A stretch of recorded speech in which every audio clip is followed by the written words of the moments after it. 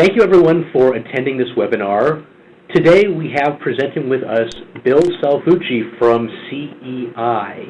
CEI is an open source thought leader in software consulting. I'm sorry, CEI is software consulting. Bill Salvucci is an open source thought leader for CEI America. They are a global services and solutions partner, and what they're going to be presenting today is a story of how a group of Java J2EE software consultants got started in the PHP world using tools like Zend Studio, the Zend framework as an application framework, Jira, and built a process around software development in PHP. Bill, take it away. Okay. So, like Joshua said, I'm going to be talking about our experience as we started to use PHP Zend and related tool sets. I'm going to show how our software development processes evolved throughout that transition, and I'll compare what we did then and what we do now. So the agenda is I'm going to give a brief background. I'm going to talk about why we retooled the PHP Zend and some of the challenges we had to overcome. I'm going to describe our first attempt, the process and the tools that we used and the technology stack. And then I'm going to contrast that with what we do now. And I'm going to show actual project metrics from then and now. And you'll see that we've got pretty significant developer efficiencies. Then I will jump into the tools and I'll show you how we did it. So I'm not going to give a product demonstration per se. It's more talking about agile software development processes and how we use the tools to help achieve our agile goals. And then I hope to spend some time talking about why I think what we do works, and we'll get into any Q&A questions from the attendees. So I'm Bill Salvucci. I'm CEI's open source thought leader. I have 15-plus years developing enterprise applications with a strong focus in the open source area. Most of this is in the Java J2EE space, but over the last several years, there's really a lot of technologies. Even when you have a core Java J2EE technology stack, there are a lot of additional technologies like jQuery and REST. And we've started to pick up things like PHP Zend as well. I'll talk a little bit more about why and how we did that. Next slides. CEI is a global agile development shop. We're headquartered in the U.S., but we have a large development group in Chennai, India. And we use mixed teams where our software architects and our customer-facing project managers are in the U.S., and the implementation team is in India. So that presents some kind of unique challenges for the agile process, but we believe that what we have put in place has really helped our customers realize quicker return on investment and the lower development costs because of the offshore rates. So you can see some of the vertical markets that we're involved in and some of our partners, and of course being the most important. Okay, so why did we retool to PHP Zend? Quite frankly, we had to. One of our largest customers was moving from a commercial Java J2EE technology stack to an open source PHP Zend-based technology stack. They really wanted to continue to use CEI because of the relationship that we've built over the years and the domain experience that we had. And we felt that we would be able to fairly easily retool our Java J2EE developers to PHP Zend. I had retooled teams to other technologies. Usually it was going from things to Java J2EE, like Power Builder or VB to Java J2EE. But I really didn't see much of a challenge to go from Java J2EE to PHP Zend. However, there were apprehensions amongst the team members. People have invested lots of time becoming Java J2EE experts, and to some extent they felt that they would be kind of starting over. But I reminded everybody that in an open source practice, first and foremost, we're technologists. We really never see the same technology stack twice. So even though the underlying language is Java J2EE, the stack of frameworks that are on top of that, you might see the Spring framework on one project, Zend on another, Hibernate on another, iBetis on another.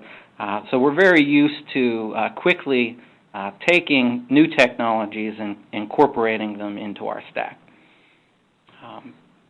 So it's clear that Zend has a strong presence in the PHP community. They've got a well-thought-out framework that uses the same design patterns and that many of the popular open source frameworks like the Spring framework and Struts use, MVC, for example. So it was easy for me to draw parallels between things that they were used to and the parallels in the Zend framework. So after all the hand-wringing, we barely noticed the learning curve. We haven't lost a single resource. The team's growing faster than I can keep up with. In open source practice, the PHP Zend area is the place to be. All right, so our first attempt, we used the Eclipse PDT as our development environment, our IDE, the Excel spreadsheet to manage our tasks, and we used SVN for version control and Firebug for debugging JavaScript on the client and viewing HTML and style sheets. The technology stack was LAMP. Really, we used Oracle rather than MySQL, but we downloaded the LAMP bundles. PHP, the Zend framework, and jQuery. So some of the difficulties we had with the Eclipse PDT is just finding the right installer for the Eclipse PDT is a challenge. We had some people, since we were Java developers, we all had Eclipse on our machines, so we tried to install just the plugins to enable the PDT, and then other people downloaded the whole Eclipse PDT bundle. We had a lot of problems with respect to getting working environments that were consistent across all of our developers. It was difficult to find and install the appropriate build of the Xdebug for threaded or non-threaded, the appropriate environment with the appropriate version of PHP. And once we finally did get the Xdebugger installed, it was unstable. It was slow, it crashed a lot. We pretty much had to have everything shut down on our machines in order to use the debugger. And we kind of crossed our fingers as to whether or not it would work. So you found developers kind of avoiding having to go into debug mode and doing anything they could to avoid it. Minimal code assist. In Eclipse, it depends on the class types to do a lot of its code assisting, and in PHP, you can't rely on that. So it doesn't have good PHP semantics, and it's not aware of the Zend semantics, so there's only so much that it can do for you. We had problems when we started installing third-party plugins, debugging, or some other feature, or code assist would stop work. And we'd end up installing and reinstalling Eclipse over and over again. And I never got PHP unit working properly. I still don't know what the problem was. We also used an Excel spreadsheet to manage our tasks and track our burn down. This was very complicated to set up.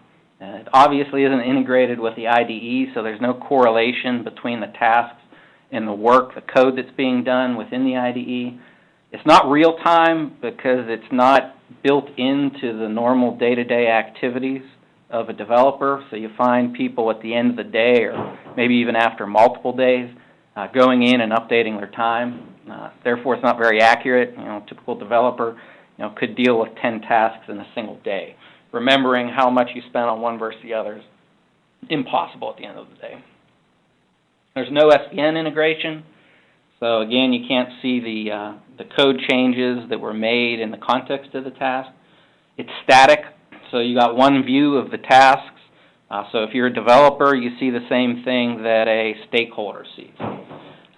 There's no filtering to see just the tasks for a sprint. It's hard to make changes. We used SVN and Firebug, and those were great from the beginning, and they're still great. So what we do now is we use Zend Studio for our IDE. We use Jira for task management. We still use SVN and Firebug. The technology stack is now the Zend server, PHP, Zend framework, and jQuery. So in contrast to the Eclipse PDT, we were able to download and install Zend Studio in minutes. I originally tasked one of the developers with documenting step-by-step the install process, and it became very apparent that that really wasn't necessary at all. Debugging just works. The Zend debugger is bundled with the Zend Studio. The debugging is fast and stable. I haven't had it crash or haven't really experienced any slowness in the debugger. I don't have to think about closing all my other programs. There's extensive code assist, which is aware of PHP semantics and Zend semantics. And I really haven't experienced any problems when I've added third-party plugins. And PHP unit just works. I didn't have to think about it. I just write my unit tests rather than spend time trying to set up PHP unit. So I also use the Jira with the Grasshopper plugin. And again, it was very easy to download and install the plugin. It's nicely integrated with Zend Studio. We can achieve near real-time statistics now because the task management is built into the developer's tool, the IDE, the thing that they're in all day long. So it's not something that project management is no longer something that they have to do after all of their work is done. It's really a natural part of their day-to-day activities now. So therefore, since they can log their work in the context of actually the programming and completing the task, it's very accurate. And having accurate and up-to-date statistics for an agile process is critical. It's based on empirical data and being able to react in real time to what's going on with the project. It's integrated with SVN, so everything that's done in the IDE for a task is you can see all of the SVN commits that are associated to that task. So you can see the context of what was done within the context of a task. It supports sprints. It's very easy to take items, Jira items, and target them for a sprint. There are a lot of filters that provide dynamic and targeted views, so our stakeholders are really interested in seeing things at the feature level, whereas our developers are more interested in the developer-level tasks that are assigned to them that they're working on. SVN and Firebug are still great. Okay, so this is a backlog from our very first project. So we were not able to get a burn down chart per sprint because the spreadsheet is static. We entered all the tasks from our original estimates, and that was it. So you can see that we really didn't start logging time until well into the second week of the project. That's because the spreadsheet and getting it to work was very complicated, and developers used it as an excuse as to why they didn't log their time. So we didn't get all of the kinks worked out and agree on the procedures that developers would use to enter this time until about a week into the project. So that accounts for the kind of steep trend line from the beginning. And you'll see at a point here, the actuals ends up almost exactly paralleling the ideal trend line. The reason for that is that when people entered their time at the end of the day, they didn't remember exactly what they did on a task-by-task basis. So they ended up just using the original estimates to log their time. So it became obvious to me that this data really wasn't useful because it wasn't accurate, it wasn't real-time, and we stopped using it altogether at about a few weeks before the end of the project. It just wasn't giving me the metrics that I needed to meet my agile development goals. So in contrast to that, this is the burn down chart for a recent sprint. The information was entered by the developers in real time. It was very accurate, and you can see that this is a very good trend line for a sprint. This is what people like me who are playing the role of Scrum Master really want to see. This is the same basic team, same number of resources, just a different software development process using better tools. So some of the actual metrics here, we can see that our velocity, so anyone who's familiar with Scrum, velocity is kind of an artificial set of points that you use to say that you assign points to features, and then you decide how many features your team, how many points your team can take on in a single sprint. So we got a significant increase in velocity from the first project to the last project, and conservatively, in real hours, we got about a 25% efficiency gain. The reason that I say conservatively is because when we first started out, we were really kind of building in some padding into our estimates because we didn't have a lot of confidence in the process that we were following. It was new to us. The tools were new to us. Even the language and the framework were new to us. Now we don't build in any padding. We're pretty confident in our abilities, in our processes, in our people, and we estimate projects much leaner than we did before. But even without taking that into account, we've got a 25% efficiency gain between what we used before and what we do now. Okay, so how did we do it?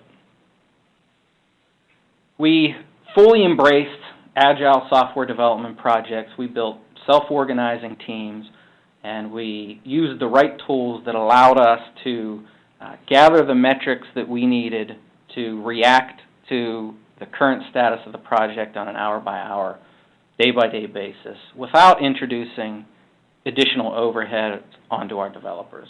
And the tools that helped us do this were Zend Studio and Jira. So I'm going to jump into Zend Studio now and show you. So the two tools involved here are Jira, which is both a browser-based web application and also a Eclipse plugin. So I can see all of the Jira tickets, all that represent features, that represent tasks. All the developers can see them within their IDE, and stakeholders and project managers, product managers, outside of the IDE, they can see these same tasks through the browser-based site. So what we do at the beginning of a project is we do our estimates based on features. So these are terms that users and all the stakeholders can understand. They're the things that they've asked for in the requirements. And that essentially represents the initial state of our backlog. So if anyone's familiar with Sprint, a backlog is just the total number of features that you need to complete at some point in time. But you don't really know when each of these features are going to be completed at the beginning of the project. So once you have your backlog created, you create sprints. The smaller the sprint, the better. In our projects, we actually got down to 2-week sprints, which is pretty small, especially compared to the duration of a typical sprint in Java J2EE. So we can still, though, so once we go through here and we decide, based on the number of points that we assign to each feature and our velocity, and the priority of these features, which ones we're going to take on in this sprint. So we have a sprint planning session where we pick features from the backlog and we assign them to a sprint. So here you can see the S4 and the S3 numbers. Those are tasks that were targeted for the 4th sprint and the 3rd sprint, respectively. But during that sprint planning, we create subtasks, developer-level tasks that are going to be required to complete the feature. So, for example, there might be some database work involved. There might be some view scripts involved. There might be a web service that has to be developed. all three of those things will be created as subtasks to the features. And those are the things that are assigned to individual developers. So for example, we can take a task here. Let's take this S2 search. So this is a feature level task that the original estimate was 6 hours. During our sprint planning session for the second sprint, we created 3 subtasks, developer-level subtasks of the work. They represented the developer work that needed to be done to complete the feature. So if you jump over to Zend Studio, we can find this same feature task, and we see all of the subtasks, which will be assigned to a particular developer. So they can select this and view all of the information in the description, all of the comments that people have added. And while they're working on classes, they can actually track against this ticket the work that they've done. When they log work, so let's say I've just spent an hour on this search tips task. Right before I commit, or after I commit, I can say I added 1 hour. I can choose to leave the remaining estimate the way it is, or auto-adjust it, so it'll knock 1 hour off of the original estimate. And when I submit that, that will be reflected over in the JIRA side. You can see that the actual log time is the sum of the time that was logged against each of the individual tickets. So in this manner, we can, for the people, the stakeholders that are only interested in the features and seeing the progress against the features, they get that information because they see the remaining estimate at the feature level. But the individual developers, they just have to log the time that they spent on the individual subtasks that they've worked on. They don't have to think about how this will roll up to the feature or what the rest of the work is that's remaining on the feature. As they do their work, they log the time that they did, and it all rolls up for them. So this allows us to create burn-down charts really for free. The developers just have to log the time that they had, and then that they spent on each of the tasks assigned to them.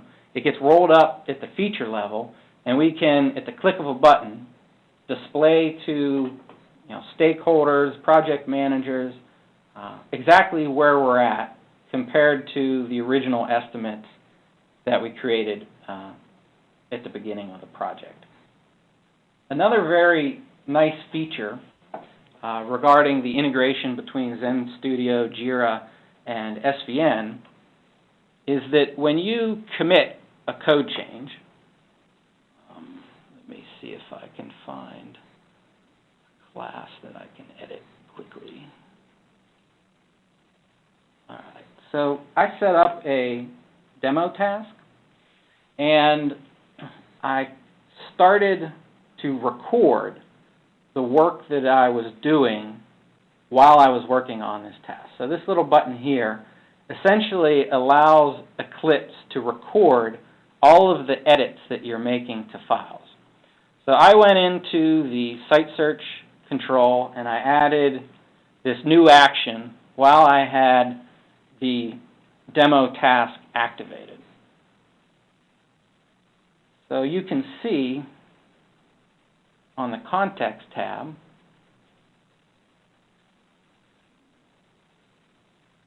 actually, the wrong task, Demo. On the Context tab, it will show me all of the things that I opened and edited while I was working on that task. So I can jump right into the site search controller that was changed in the context of the task. So this is very nice to do code reviews. So whenever somebody commits code, they put the task, they just have to put, like, in this case, DDJ-252 in their commit comments. And I can see the SVN changes that were made for that task. I can also see everything that they did on the task by looking at the context. So this allows me to do code reviews as soon as the code is committed, and if there's any refactoring that needs to be done, I can discuss it with the developer while it's still fresh in their head. And I know that technology debt isn't building up. So a lot of the times in a typical project, if you just look at the feature level, things look like they're working. But you don't find out until later, like when there's a bug or a change that needs to be made, that it was implemented poorly. And it doesn't allow for change in response to a bug or an enhancement request. So this allows me to see and review the code in real time as it's committed and make sure that not only does the feature work, but it's well designed and well implemented, and that we're not going to find a lot of technology debt when we get into system testing. And that really means that our status is accurate. Our feature status also represents our technology debt. Okay. So, why does this work?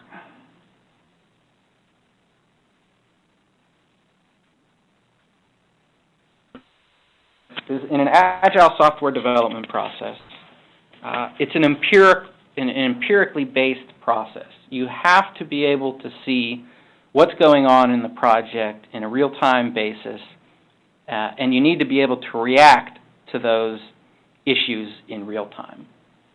So that requires good communication between the development team, and it also requires communication between the development team and the stakeholders. Because we've incorporated Zend Studio and Jira, it has allowed us to achieve high levels of communication between the development team, the Scrum Master, through the Jira comments, through the work logs, and through the context and SVN commit tracking capabilities. Everybody knows exactly what's going on in the project with their tasks and anybody else's tasks. And the Scrum Master can always see what has been done in response to a task being marked as resolved. We can create filtered views and targeted views within Jira that allow stakeholders to see things, to see status in terms that they think about. Features, they're not interested in what's the status complete of the database task for a particular feature. They just want to know that it's 80% done. They want to know that it's going to be 100% done at the end of the sprint. So without adding any additional burden onto our developers, we can give them those views into the project by simply creating a filter to just show them the feature level tasks in Jira and the burn down chart in terms of features. The strong communication, it makes it really easy to get the team to buy into this process. They know where they stand. They're given, a good chance to be successful. They don't have to fight with the tools. They don't have to do additional overhead work to get the project managed, to get numbers and metrics to the project managers. They can focus on getting their job done, which is writing the code to complete the features for a given sprint. And the team really feels that they're in a position to succeed. And whenever you give developers a fighting chance, good developers a fighting chance to succeed, they're going to do everything that they can to meet their goals. So that's all I wanted to cover today. We do have some time for question and answers. Let me see if I can find any questions that have been posed by the attendees. Okay, so I see one question here that is regarding how do you get stakeholders to accept the fact that they can't add requirements once a sprint has been planned and scheduled. So in order for agile software development to work, the software development team has to be given a fixed goal to complete within a sprint. You can't have change occurring in the middle of the sprint or even worse at the very end of the sprint. But it's very hard to manage that requirement to enforce that on stakeholders because they always have a new hot feature that they need to add. But you have to take a hard line on the fact that once a sprint is planned, it's locked down with respect to what you're going to be delivering. In order to get the stakeholders to agree to that, you have to have small sprints. The smaller the sprint, the easier it is to get people to accept the fact that they're not going to get this new feature during this sprint, but let's say we have a 2-week sprint. In 2 weeks, during the sprint planning session, if they give that a high priority, then they'll be getting it soon thereafter. So in the Java J2EE world, getting small sprints, like a 2-week sprint, is very, very difficult. Getting your typical Java J2EE team to admit to accept a sprint that's less than 4 or 5 weeks is very difficult because building and deploying for a target environment is difficult and interruptive to their day-to-day actions. So what you end up doing is you invest heavily in building automated build scripts and automated deploy scripts and things like Ant and Ivory.